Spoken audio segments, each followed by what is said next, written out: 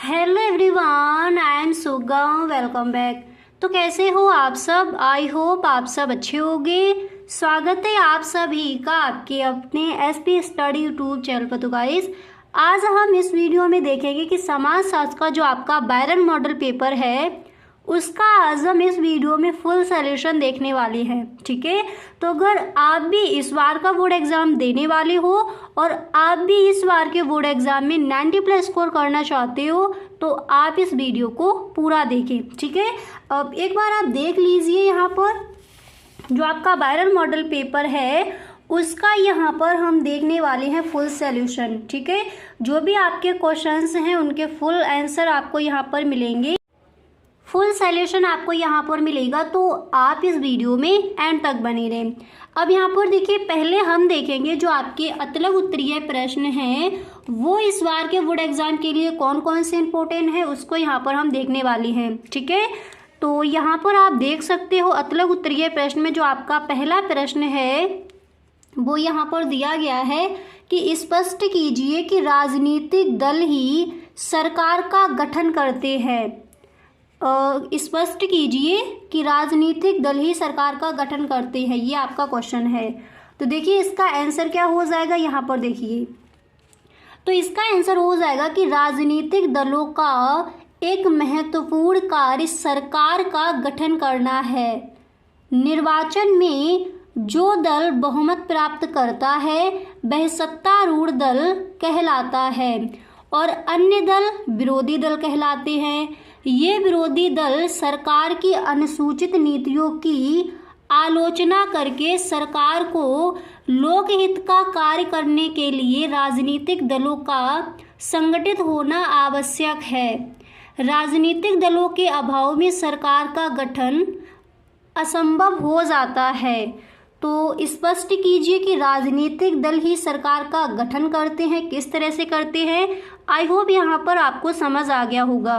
अब एक बार इसी आंसर को दोबारा से देख लीजिए। ठीक है, देखिए, राजनीतिक दलों का एक महत्वपूर्ण कार्य सरकार का गठन करना है।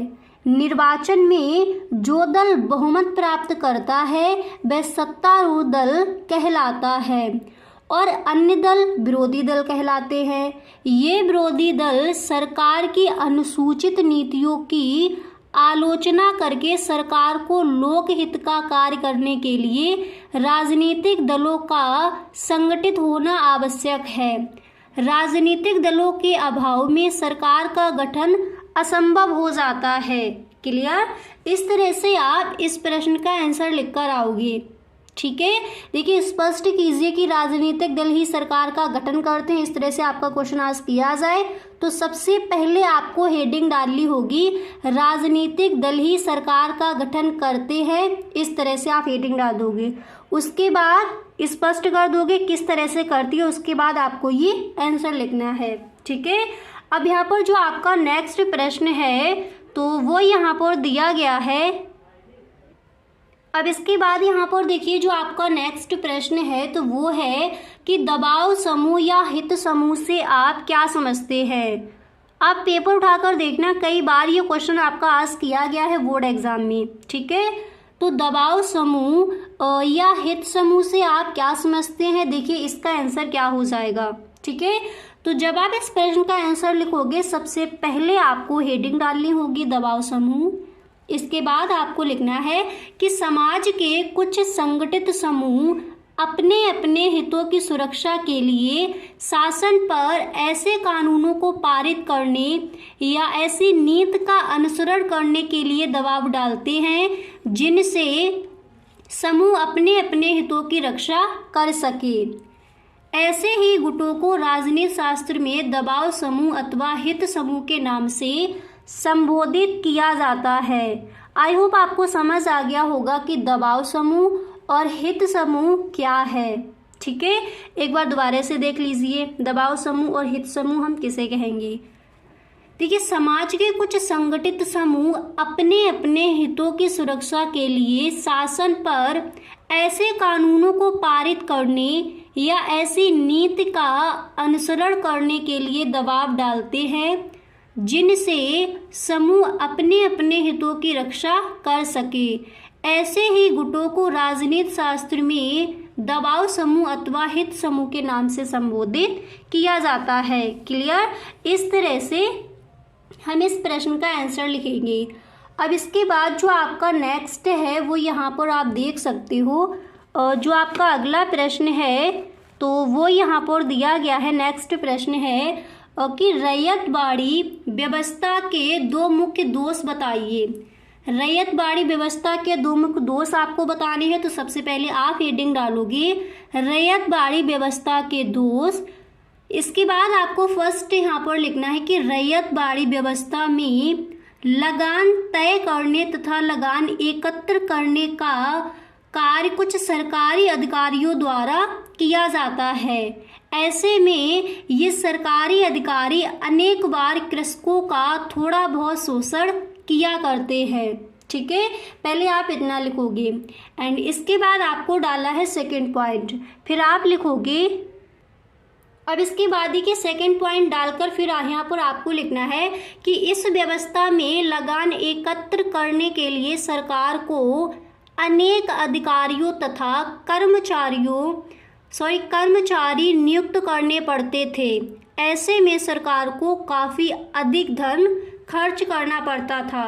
तो रैयतवाड़ी व्यवस्था के दो मुख्य दोष कौन कौन से हैं, आई होप आपको समझ आ गए होंगे। ठीक है, इस तरह से आप लिख कर आओगे। सबसे पहले आपको हेडिंग डालनी है रैयतवाड़ी व्यवस्था के दोष, फिर फर्स्ट पॉइंट डालकर आप लिखोगे एंड सेकंड में आपको ये लिखना है कि इस व्यवस्था में लगान एकत्र करने के लिए सरकार को अनेक अधिकारियों तथा कर्मचारी नियुक्त करने पड़ते थे।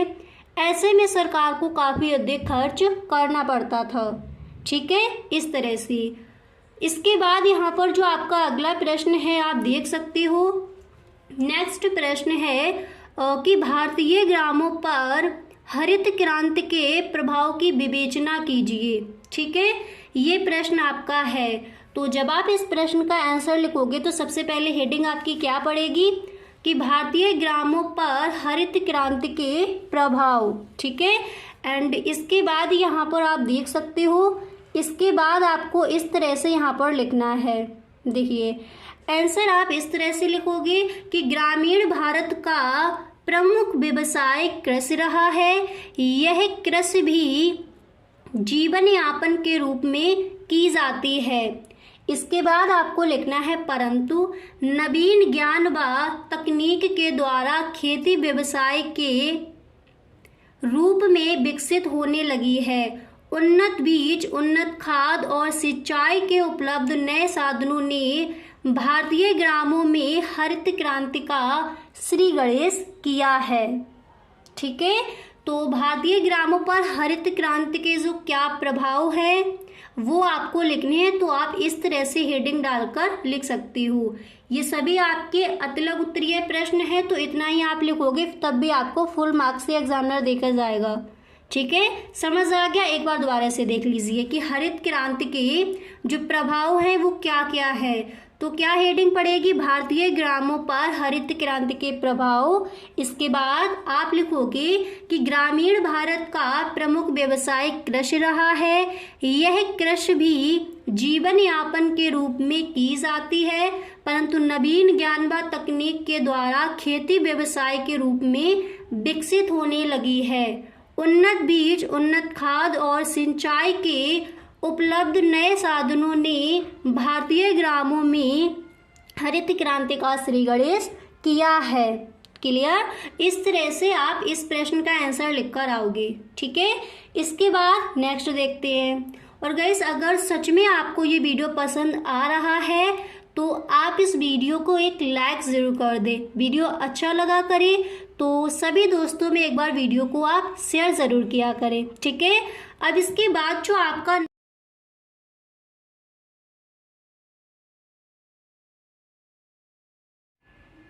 अब देखिएगा, इस उतना लिखने के बाद यहाँ पर आपको नेक्स्ट हेडिंग डालनी होगी कि बाजार के लिए अतिरिक्त उत्पादन करने वाले मध्यम एवं बड़े किसानों के लिए लाभकारी।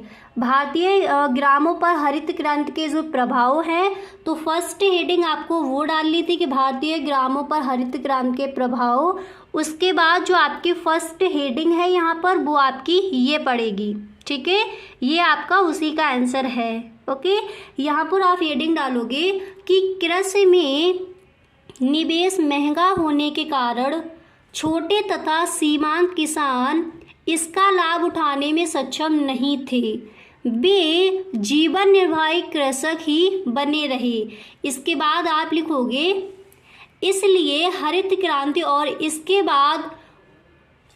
बाद होने कृषि व्यापारीकरण का मुख्य लाभ उन मध्यम एवं बड़े किसानों को मिला जो अपने परिवार की आवश्यकता से कहीं अधिक उत्पादन करने वाले थे। ठीक है, तो सेकंड हेडिंग आपको यहाँ पर फर्स्ट हेडिंग यहाँ पर आपको क्या डालनी है, बाजार के लिए अतिरिक्त उत्पादन करने वाले मध्यम एवं बड़े किसानों के लिए लाभकारी। तो इसमें आप क्या लिखोगे, एक बार दोबारा से देख लीजिए। आप लिखोगे कि कृषि में निवेश महंगा होने के कारण छोटे तथा सीमांत किसान इसका लाभ उठाने में सक्षम नहीं थे, वे जीवन निर्वाही कृषक ही बने रहे। इसलिए हरित क्रांति और इसके बाद होने कृषि व्यापारीकरण का मुख्य लाभ उन मध्यम एवं बड़े किसानों को मिला जो अपने परिवार की आवश्यकता से कहीं अधिक उत्पादन करने वाले थे। ठीक है, इस तरह से आप भारतीय ग्रामों पर हरित क्रांति के प्रभाव की विवेचना कीजिए। इसका जो आंसर है वो आप इस तरह से लेकर आओगे। क्लियर। इसके बाद यहाँ पर नेक्स्ट प्रश्न आप देख सकते हो। अगला प्रश्न जो आपका है वो यहाँ पर दिया गया है कि कृषक समाज की प्रमुख विशेषताएं क्या है। ये भी आपको तैयार कर लेना है, इस बार के बोर्ड एग्जाम के लिए इम्पोर्टेंट है। कृषक समाज की प्रमुख विशेषताएं क्या है, इसके बाद आप तैयार करोगे कि हरित क्रांति से क्या तात्पर्य है या फिर हरित क्रांति क्या है। ठीक है, इसको आप तैयार कर लेंगे। एंड इसके बाद यहाँ पर आपका नेक्स्ट प्रश्न है वो आपको ये तैयार कर लेना है कि नागरिक समाज में संगठनों की क्या प्रासंगिकता है। नागरिक समाज में संगठनों की क्या प्रासंगिकता है, इसको आप तैयार कर लेंगे। एंड इसके बाद यहाँ पर नेक्स्ट है कि सामाजिक सर्वेक्षण किसे कहते हैं। देखिए, जितने भी प्रश्न यहाँ पर आपको बताए जा रहे हैं सारे ही प्रश्न इस बार के बोर्ड एग्जाम के लिए इम्पोर्टेंट है, तो इन सारे प्रश्नों को आपको तैयार कर लेना है। ठीक है, सामाजिक सर्वेक्षण किसे कहते हैं। एंड नेक्स्ट आप तैयार करोगी कि पैंडेमिक से क्या आशय है। क्लियर। तो ये सारे जो क्वेश्चन है इस बार के बोर्ड एग्जाम के लिए इम्पोर्टेंट है। तो अगर आपके पास भी सोशियोलॉजी है और आप भी इस बार के बोर्ड एग्जाम में 90+ स्कोर करना चाहते हो तो इसी तरह से आपको और वीडियोस देखनी है। ठीक है, इसी तरह से आपको मॉडल पेपर के फुल सॉल्यूशन और भी जो भी आपके इम्पोर्टेंट क्वेश्चन है वो भी आपको ऑल सब्जेक्ट के इसी चैनल पर बताए जाएंगे। अगर सच में 90+ स्कोर करना है तो प्लीज़ आप हमें कमेंट बॉक्स में ज़रूर बताएं और आप इस चैनल को सब्सक्राइब करना ना भूलें। Okay, thank you so much.